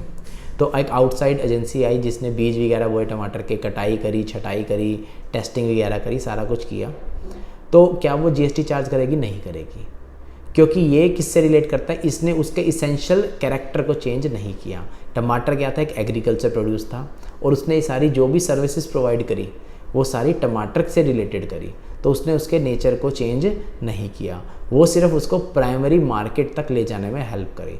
टमाटर की कटाई होगी, पैकिंग होगी, लोडिंग होगी, आगे जाके अनलोडिंग होगी, वो बाज़ार में जाएगा, स्टोरेज होगी, बेचा जाएगा। तो जब तक वो प्राइमरी मार्केट में नहीं जाता, उस टमाटर से रिलेटेड, उस एग्रीकल्चर प्रोड्यूस से रिलेटेड जितनी भी सर्विसेज होगी वो सारी एग्जम्प्ट है, किसी में भी टैक्स नहीं लगेगा। लेकिन ध्यान से समझना, एक बार टमाटर प्राइमरी मार्केट में पहुंच गया, किसान मार्केट में दे आया, मंडी में दे आया, अब वो मंडी वाला आगे बेचेगा, तो भाई अब कोई सर्विस हो रही है तो वो जीएसटी से बाहर नहीं है। एग्रीकल्चर प्रोड्यूस से रिलेटेड हर सर्विस जीएसटी से बाहर तब तक है जब तक मेरी चीज़ प्राइमरी मार्केट में नहीं पहुंच जाती, यानी कि किसान जब तक प्राइमरी मार्केट में नहीं दे आता। एक बार चीज़ प्राइमरी मार्केट में पहुंच गई तो अब वो जब सेकेंडरी मार्केट में सेल होने से पहले पहले जो भी सर्विसेज वगैरह होगी उन सब पे जीएसटी लगेगा। एक तो ये बात। दूसरी कहता है कि उसका इसेंशियल कैरेक्टरिस्टिक भी चेंज नहीं होना चाहिए, यानी कि प्राइमरी मार्केट में क्या जाए, टमाटर ही जाए। मान लो किसान था, किसान ने सारे टमाटर काटे, उनकी सॉस बनाई और टोमेटो सॉस जाके प्राइमरी मार्केट में बेच रहे हैं, तो अब जो सर्विसेज है वो आपकी जीएसटी से बाहर नहीं है, क्योंकि प्राइमरी मार्केट में तो गई है लेकिन टमाटर नहीं गया, प्राइमरी मार्केट में क्या चीज़ गई है, सॉस गई है। तो एग्रीकल्चर प्रोड्यूस का जहाँ पे नेचर चेंज हुआ, आपने सब्जियां फ्रूट बेचने की बजाय उससे कुछ बना के बेच रहे हो, कुछ प्रोसेसिंग करके बेच रहे हो, तो वो चीज़ जीएसटी से बाहर नहीं है। जीएसटी से बाहर सिर्फ वो सर्विसेज हैं जब agriculture produce as it is without उसके कैरेक्टरिस्टिक चेंज हुए मार्केट में जाए, और कौन सी मार्केट में, प्राइमरी तक ही एग्जेम्प्ट है। तो दो बातें आपको ध्यान रखनी है, टमाटर से टमाटो सॉस बनी वो चीज़ एग्जेम्प्ट नहीं है। टमाटर पे जितनी भी सर्विस होगी वो सारी एग्जेम्प्ट है जब तक कि वो प्राइमरी मार्केट में नहीं बिक जाता। उसके बाद किसान और क्या करेगा, रेंट पे लेता है किसान, मशीनें भी रेंट पे लेके आता है, हो सकता है लैंड भी हो सकता है उसने रेंट पे ले रखी हो, तो मशीनों और लैंड के रेंट पे जो भी जीएसटी नहीं लगेगा। लोडिंग अनलोडिंग लेगा किसकी, एग्रीकल्चर प्रोड्यूस की। अच्छा एक चीज़ बताओ, ये लोडिंग अनलोडिंग पैकिंग स्टोरेज और वेयर हाउसिंग एग्रीकल्चर प्रोड्यूस की यहाँ बोल रहे हैं, ऊपर इसने स्पेसिफिकली किसकी बोली थी, राइस की बोली थी। तो राइस तो इसके अंदर आ नहीं गया, तो क्यों वो दो अलग अलग एंट्रियाँ बोल रहे हैं कि राइस का अलग बताया, एग्रीकल्चर का अलग बताया। वो दो अलग इसलिए बता रहे हैं क्योंकि राइस हमारा एग्रीकल्चर प्रोड्यूस नहीं है, ध्यान रखना। हमारा एग्रीकल्चर प्रोड्यूस क्या है, पैडी यानी कि धान, जो धान निकलती है वो होता है हमारा एग्रीकल्चर प्रोड्यूस। राइस क्या होता है, उसमें से ब्राउन राइस छाटे जाते हैं, उन पर पॉलिशिंग होती है, वो वाइट राइस बनता है। तो एग्रीकल्चर प्रोड्यूस से रिलेटेड सर्विसेज यानी कि धान की कटाई वगैरह ये सब चीज़ें तो क्या है, एग्जेम्प्ट है। एग्रीकल्चर प्रोड्यूस से आगे जब राइस बनता है तो वो प्राइमरी मार्केट में जाते हुए राइस जो होता है वो आपका इसेंशियल कैरेक्टरिस्टिक चेंज कर देता है, तो राइस एग्रीकल्चर प्रोड्यूस में नहीं आता। तो इसके ऊपर काफ़ी पहले इश्यूज होते थे कि भाई आपने एग्रीकल्चर प्रोड्यूस तो एग्जेम्प्ट कर रखा है तो इसमें हमारा राइस कवर नहीं होता, तो गवर्नमेंट ने एक अलग से नोटिफिकेशन निकाली स्पेसिफिकली राइस के लिए। गवर्नमेंट ने कहा चलो राइस को भी हम क्या कर देते हैं, एग्जेम्प्ट। लेकिन राइस के ऊपर सारी चीज़ें एग्जेम्प्ट नहीं है, उसके ऊपर सिर्फ एक एंट्री है, लिमिटेड है वो। तो ध्यान रखना, जहाँ भी एग्रीकल्चर प्रोड्यूस की बात कर रहा है उसके अंदर राइस इंक्लूडेड नहीं है, राइस की एक अलग एंट्री है, उस एंट्री में जो लिखा है राइस से रिलेटेड सिर्फ वही एग्जेम्प्ट है। तो एक बात हमारी और भी होगी कि राइस जो है हमारा एग्रीकल्चर प्रोड्यूस नहीं है। एग्रीकल्चर प्रोड्यूस क्या है, पैडी यानी कि धान। एग्रीकल्चर एक्सटेंशन सर्विसेज क्या होती है, ये क्या होती है, एग्रीकल्चर एक्सटेंशन सर्विसेज जैसे आप देखते हो कई बार टीवी पे ऐड भी आती है कि आपको कोई अगर सलाह लेनी है एग्रीकल्चर रिलेटेड, आप इस नंबर पे फ़ोन करो, वहाँ पे हमारे सेंटर पे बहुत सारे लोग बैठे हैं, आपको सलाह देंगे कौन सा बीज डालना चाहिए, नहीं डालना चाहिए, खेती कब करनी चाहिए, पानी कब देना चाहिए। तो ये एग्रीकल्चर एक्सटेंशन सर्विसेज है, इनके ऊपर भी आपका जीएसटी नहीं लगता। एग्रीकल्चर प्रोड्यूस मार्केटिंग कमेटी जो है वो अगर कोई सर्विस दे रही है जैसे कमीशन एजेंट वगैरह, जब तक कि मेरी चीज़ प्राइमरी मार्केट में नहीं पहुंच जाती, अगर उस पर कमीशन एजेंट की भी कोई सर्विसेज आ रही है उसके ऊपर भी जीएसटी नहीं लगेगा। ध्यान रखना, सिर्फ ये प्राइमरी मार्केट तक जाने तक ही बात हो रही है। Service by way of fumigation in warehouse of agriculture produce, अगर आप वहाँ पे छिड़काव वगैरह कराते हो वो भी आपका एग्जेम्प्ट रहेगा।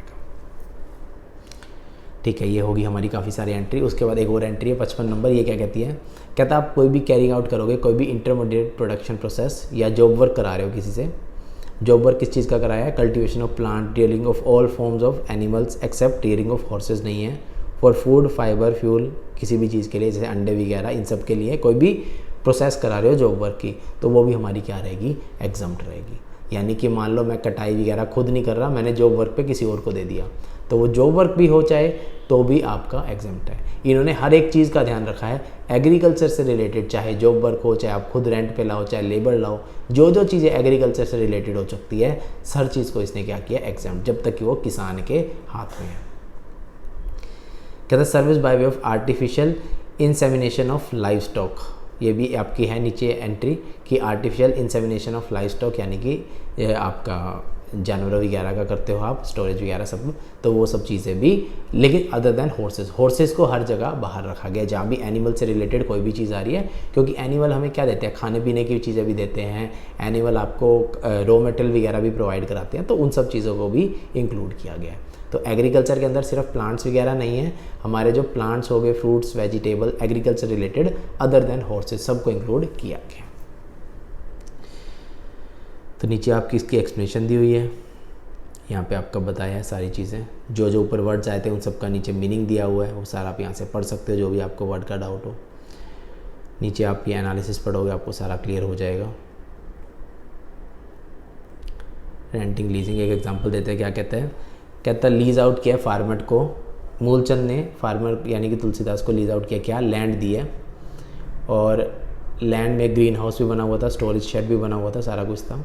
तो जो लैंड दिया, ग्रीन हाउस, स्टोरेज शेड जो एग्रीकल्चर के दे दी हुई है, तो वो क्या है, एग्जेम्प्ट है, तो हमें पता है। एग्रीकल्चर एक्सटेंशन सर्विसेज क्या होती है उसने बताया है, डेफिनेशन बताई है, ठीक है, कि टेक्निकल नो हाउ आप पूछो, फार्मर्स को कोई नॉलेज चाहिए क्रॉप के बारे में। जैसे आप फ़ोन पे इसमें पीछे काफ़ी ऐड भी आती थी, कुछ नाम भी दिए हुए हैं, जैसे ट्रेनिंग कोर्सेज होते हैं किसानों के, कि ट्रेनिंग कोर्सेज में बताते हैं कैसे काम करना है बढ़िया, कैसे बढ़िया खेती हो, कौन कौन सी मशीनें बढ़िया है। किसान कॉल सेंटर्स बने हुए हैं, फार्म विजिट्स होती है, आके वो चेक करके जाते हैं सारे। ऐसे भी आजकल काफ़ी ऐसी एजेंसीज भी है जो आप किसान बुलाते हो, आके चेक करके जाते हैं, फ़ीस चार्ज करते हैं। तो उन चीज़ों पे भी जीएसटी नहीं लगता। किसान मेला लगता है, ये आपने सुना होगा, किसान मेला लगता है, वहाँ पे कोई नई टेक्नोलॉजी आई होती है, नई मशीनें वो दिखाई जाती है, नई तरह के बीज होते हैं, तो वहाँ पे भी कोई जीएसटी नहीं लगता। किसान क्लब्स होते हैं, तो ये एक्सटेंशन सर्विसेज जो है किसान से रिलेटेड जहाँ जहाँ है वहाँ पे भी जीएसटी चार्ज नहीं किया जाता। मार्केटिंग कमेटी में जो कमीशन वगैरह चार्ज कर रहा है वो हमने पढ़ा था, एक कमेटी बनी हुई है, इस पे भी नहीं है। इसकी मार्केट फ़ीस होती है, जैसे किसानों से market fees, licence fees, rent वगैरह लिए जाते हैं, तो इन सब पे भी जो है जीएसटी चार्ज नहीं है, सारा बाहर है आपका। वेयर हाउसिंग पे नहीं है। फिर ये बताता है प्रोसेस टी एंड कॉफ़ी, जैसे टी एंड कॉफ़ी बनाई, कहता है tea used for making the beverages such as black tea, green tea, white tea is processed product. तो जो ब्लैक टी, ग्रीन टी होती है प्रोसेस प्रोडक्ट है, फैक्ट्री में बनाया जाता है, कई प्रोसेसेस के बाद ड्राई किया जाता है, रोल किया जाता है, शेपिंग किया जाता है, तो ये एग्रीकल्चर प्रोड्यूस नहीं है आपका। तो कहता है ग्रीन टी लीव्स जो है, जो लीव्स होती है, जैसे जो उगी है आपकी tea leaves, and not the T is agriculture produce eligible for exemption. तो जितने भी आपकी एग्रीकल्चर प्रोड्यूस से रिलेटेड आपकी एग्जम्पशंस दी हुई है, ये किसके लिए? ग्रीन टी की लीव्स के लिए है, जो उग रही है, उसके बाद आप प्रोसेसिंग करके इसको ग्रीन टी करते हो, ब्लैक टी करते हो, वो सब चीज़ें एग्जाम नहीं है मार्केट में जो बिकती है। जैसे कॉफ़ी बीन्स होते हैं, उगते क्या है? Coffee beans, coffee been agriculture product है, उस पर जीएसटी नहीं है, उससे रिलेटेड कोई भी सर्विस हो। लेकिन जो कॉफ़ी से रिलेटेड सर्विस है उनके ऊपर जीएसटी है, क्योंकि वो आपका प्राइमरी मार्केट से बाहर का है, वो आपका नेचर चेंज होने के बाद का है। जैसे गन्ने से गुड़ बनाया जा रहा है, तो गन्ना जब तक था एग्रीकल्चर प्रोड्यूस में था, ठीक है, लेकिन जो गुड़ बना वो तो प्रोसेसिंग के बाद बना है, गुड़ थोड़ा उगा है। तो कोई भी चीज़ वो पूछे, सिंपल से सोचना कि ये चीज़ उगी है या ये बनाई है। जो चीज़ उगी है वो एग्रीकल्चर प्रोड्यूस है, जो इसेंशियल कैरेक्टरिस्टिक में है। जो उसके बाद प्रोसेसिंग करके बनाई गई है, जैसे गुड़ है, वो एग्रीकल्चर प्रोड्यूस नहीं है। तो गुड़ से रिलेटेड सर्विसेज पे जीएसटी आ जाएगा। पल्सेस, दालें वगैरह होगी, ठीक है। तो इस तरह के काफ़ी सारे एग्जाम्पल्स दिए हुए आप देख सकते हो। वो बता रहा है कि पैडी राइस में बनता है, तो पैडी हमारा धान जो है वो आपका एग्रीकल्चर प्रोड्यूस है, बट राइस नहीं है। लेकिन फिर भी राइस के ऊपर काफ़ी एग्जम्पशंस है, सारी नहीं है बट राइस के ऊपर कुछ है। तो यहाँ पे हमारी 2 एंट्रीज कंप्लीट होगी। एग्रीकल्चर रिलेटेड कर ली, 12AA चैरिटेबल इंस्टीट्यूट से रिलेटेड कर ली। तीसरी आती है एजुकेशन सर्विस, एजुकेशन से रिलेटेड। अब एजुकेशन भी एग्जाम्प्ट होनी चाहिए, एग्रीकल्चर भी एग्जाम्प्ट होना चाहिए, 12AA भी उसमें एग्जाम्प्ट होना चाहिए। बेसिक चीज़ें पढ़ रहे हैं जो हमें लगता है कि एग्जाम्प्ट होना चाहिए। तो एजुकेशन से रिलेटेड क्या है? कहता है एंट्री नंबर 66 कहती है सर्विस प्रोवाइडेड, अगर कोई सर्विस प्रोवाइड करता है, कौन? बाय एजुकेशन इंस्टीट्यूशन, अपने स्टूडेंट को, अपनी फैकल्टी को और अपने स्टाफ को।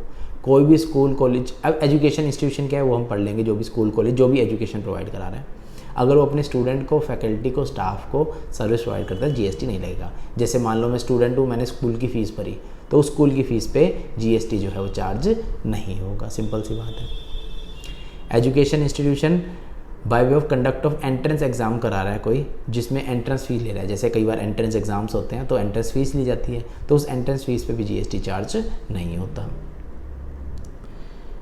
कोई सर्विस प्रोवाइड की जा रही है, ये पहले 2 क्या थे? जो एजुकेशन इंस्टीट्यूशन खुद सर्विस प्रोवाइड करा रहा है। तीसरा क्या है? Service provided to education institution, यानी एजुकेशन इंस्टीट्यूशन को सर्विस दी जा रही है। एजुकेशन इंस्टीट्यूशन अब क्या है? रेसिपिएंट बन गया। सर्विस दे कौन रहा है? जैसे ट्रांसपोर्टेशन ऑफ स्टूडेंट की सर्विस, फैकल्टी और स्टाफ की। जैसे बस वाला है, मान लो मैं स्कूल मैंने चला रहा हूँ, तो मैंने एक बस वाले को कहा कि भाई हम अपनी बस नहीं खरीदते, आप जो है हमें आउटसोर्स कर दो बसें, बस आपकी होगी। एक मैंने प्राइवेट एजेंसी से बात की कि बस आपकी, ड्राइवर कंडक्टर सब आपका, पर स्टूडेंट की कितने रुपए चार्ज करोगे बताओ, हमें ऐसे चलानी है, या टोटल में बता दो, हम आपको कलेक्शन करके दे देंगे। तो ट्रांसपोर्टेशन ऑफ स्टूडेंट वगैरह की अगर कोई सर्विस प्रोवाइड करा रहा है स्कूल को, तो वो भी आपका एग्जाम्प्ट है। कैटरिंग, जैसे स्कूल के अंदर मिड डे मील्स होती है, कैंटीन्स वगैरह होती है जहाँ पे खाना वगैरह प्रोवाइड किया जाता है, तो अगर कैटरिंग है including mid day meal sponsored central government, state government करेगी, तो वो भी एग्जाम्प्ट है। जैसे स्कूल की जो मिड डे मील रखती है उन पर एग्जाम्प्ट है। सिक्योरिटी सर्विस ली है स्कूल में, मान लो मेरे को सिक्योरिटी गार्ड चाहिए था, तो मैंने सिक्योरिटी एजेंसी से गार्ड मंगाया। क्लीनिंग या हाउसकीपिंग की सर्विस मंगाई, स्कूल के अंदर, तो वो भी जीएसटी सामने वाला नहीं लगा के देगा मुझे। ये सारी वो लिस्ट पढ़ रहा हूँ जहाँ पे रेसिपिएंट है school. Service related to admission या एग्जामिनेशन कंडक्ट कराने के लिए, जैसे एग्जामिनेशन कंडक्ट करानी थी, मैंने आउटसोर्स कर दिया, बाहर के टीचर्स आएंगे, बाहर से पेपर सेट होगा, सारा कुछ बाहर से प्राइवेट करा दिया, तो उस पर भी जीएसटी नहीं लगेगा। ऑनलाइन एजुकेशन जनरल या पीरियडिकल्स आप प्रोवाइड करा रहे हो, जैसे स्कूल्स हैं, स्कूल ने किसी को आउटसोर्स कर दिया काम कि भाई हमारे बुक्स वगैरह सारा आप वगैरह सारा देखोगे ऑनलाइन पोर्टल, तो उस चीज़ के ऊपर भी जीएसटी नहीं लगेगा। मान लो स्कूल ने कोई ऐप बनवाई, उस पर सारा ऑनलाइन डेटा वगैरह चल रहा है, तो जीएसटी वो ऐप वाला चार्ज नहीं करेगा। कहता however nothing contain in this sections shall apply to education institution other than institution provided service by way of pre school education and education up to higher secondary और equivalent.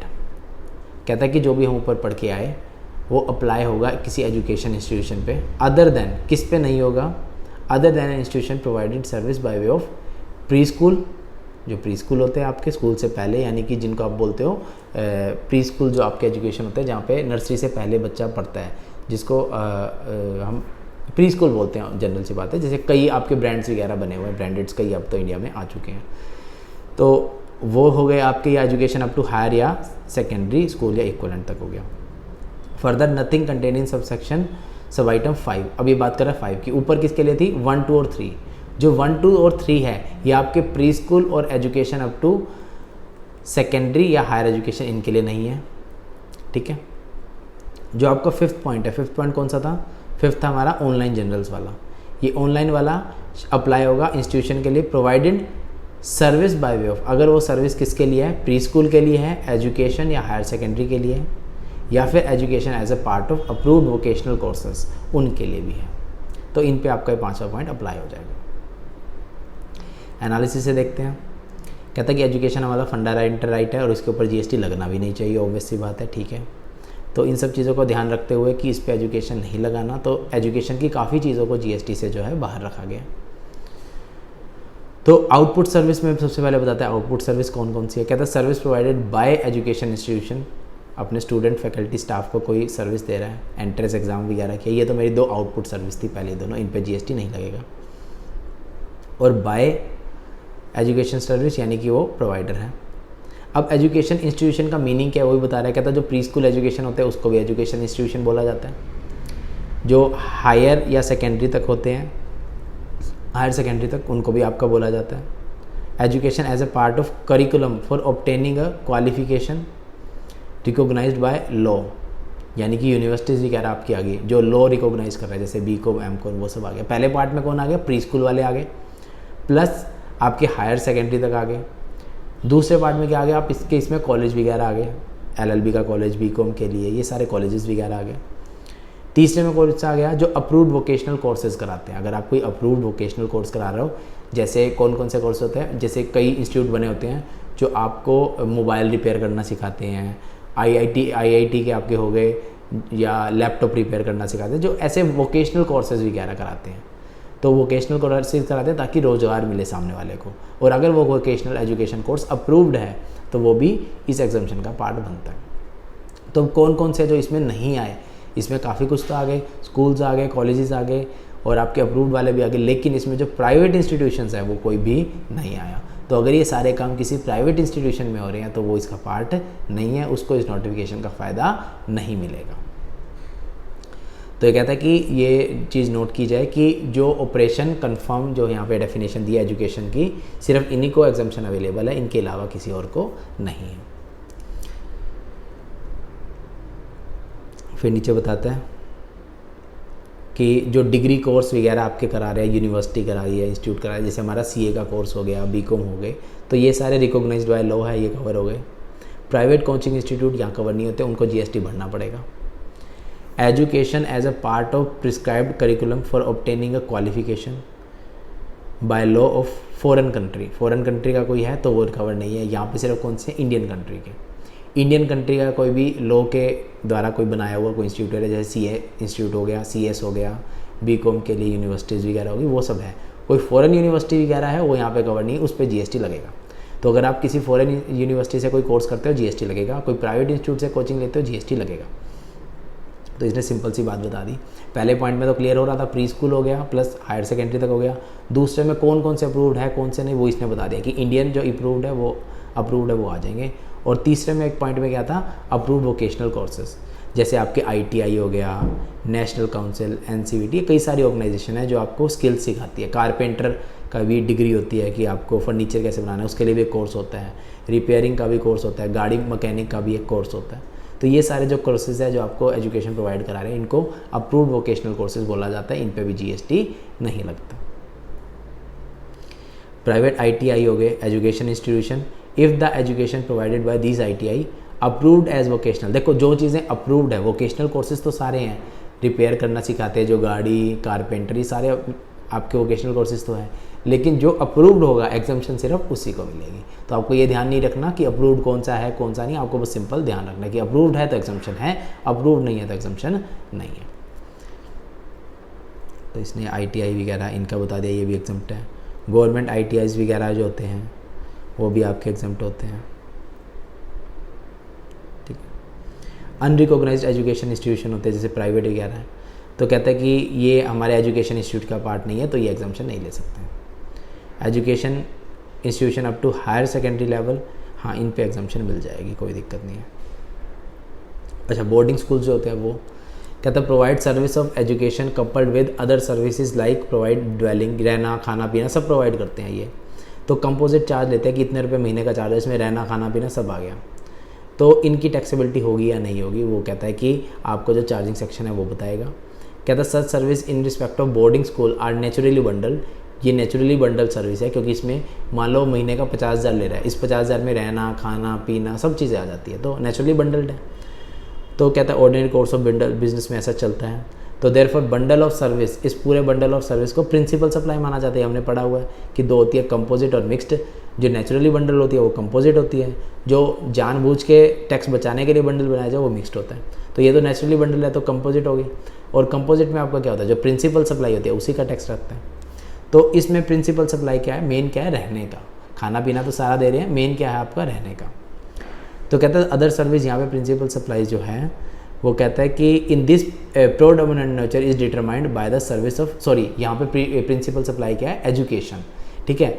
अब मेरे को रहना है कहीं पे, सिंपल सी बात समझना, कोई पर्सन बोर्डिंग स्कूल में क्यों जाएगा, मेरे को वहाँ का खाना पसंद है इसलिए क्या मैं बोर्डिंग स्कूल में जाऊँगा, नहीं।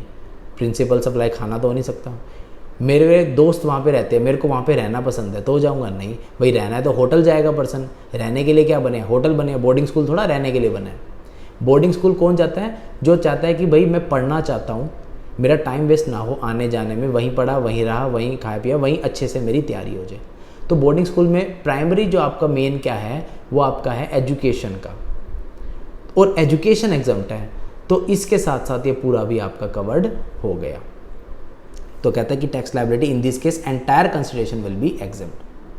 तो बोर्डिंग स्कूल में इसने सिंपल सा बताया कि भाई जो बोर्डिंग स्कूल आपके होते हैं, बोर्डिंग स्कूल के अंदर आपको कई सारी चीज़ें दी जाती है, पूरा पैकेज होता है, रहना खाना पीना सब होता है। और मेन जो प्रिंसिपल सप्लाई क्या है, वहाँ रहने की वजह से कोई नहीं जा रहा कि वहाँ रहना अच्छा है, वहाँ पढ़ने के लिए लोग जाते हैं। तो प्रिंसिपल सप्लाई क्या होती है वहाँ पे, एजुकेशन। और एजुकेशन एग्जेम्प्ट है तो पूरा का पूरा पैकेज आपका क्या हो जाएगा, एग्जेम्प्ट हो जाएगा। तो ये काफ़ी सारी उसके बाद चीज़ें दी हुई है आपकी। हॉबी क्लासेस वगैरह है, एग्जाम्प्ट होगा नहीं होगा। IIM है, होगा नहीं होगा। ये आप कैंटीन में खाना वगैरह खाया, एग्जाम्प्ट होगा नहीं होगा। ये आउटपुट सर्विसेज या इनपुट सर्विसेज। एक बार यहाँ तक थर्ड पॉइंट तक अपनी रीडिंग ले लेना अच्छे से, ठीक है। मेन हमने एंट्री पढ़ ली, एनालिसिस में काफ़ी हद तक वही चीज़ें हैं, कुछ एक नई चीज़ें भी हैं, लेकिन ऐसा कुछ मुश्किल नहीं है कि उसको समझाया जाए। आप सिंपल रीडिंग भी ले लोगे आपको समझ में आ जाएगा, कुछ अलग से समझाने वाला नहीं है। तो मेजरली हमारी 3 एंट्री आज की क्लास में कंप्लीट होगी। उसके बाद आगे जो एंट्री है जैसे हेल्थ केयर होगी या बाकी होगी वो हम नेक्स्ट क्लास में देखेंगे। तो एक बार के लिए इन 3 एंट्रीज़ को अच्छे से अपना पढ़ के आना, अच्छे से समझ के आना। एंट्री हमने देखी, उसके बाद इसका एनालिसिस अच्छे से पढ़ लेना। एनालिसिस में काफ़ी सारे आपके डाउट्स हैं, क्लियर हो जाएंगे। इसके जो क्वेश्चंस आपको लगे इन 3 चीज़ों से रिलेटेड, एजुकेशन से, एग्रीकल्चर से और तीसरा आपका 12AA से रिलेटेड अगर कोई क्वेश्चंस भी है तो वो भी प्रैक्टिस कर लेना। जो आपको एडिशनल बुक दी हुई है। तो एक बार के लिए इतना करना, बाकी का नेक्स्ट क्लास में करते हैं।